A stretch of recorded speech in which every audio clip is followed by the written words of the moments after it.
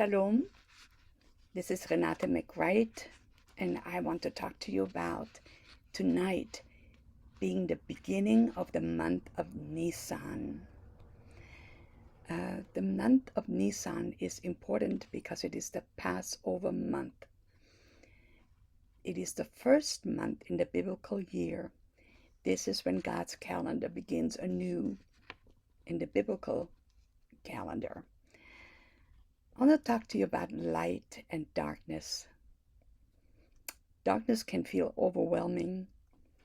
It can press in quietly or suddenly, blurring your vision, draining your hope, making it seem as though light is distant or fragile.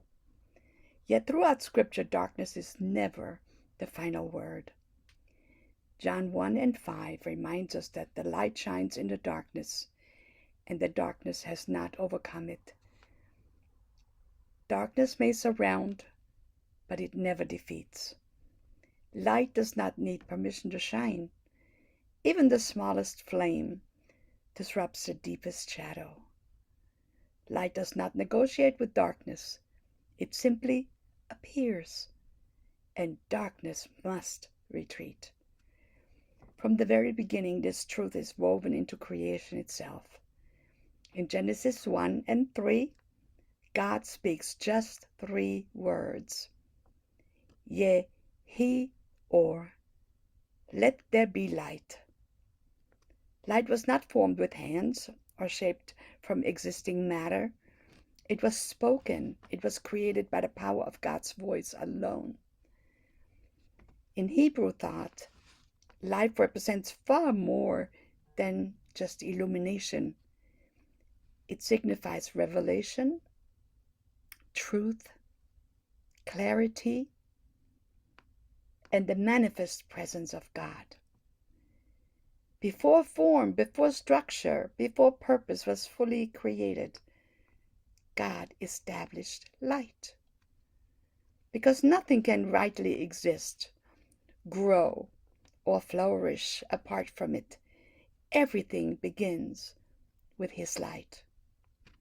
This pattern continues throughout redemptive history, and the month of Nissan marks the beginning of redemption, because it was in the month of Nissan that Israel was delivered from Egypt, called out of slavery, called out of oppression, called out of darkness.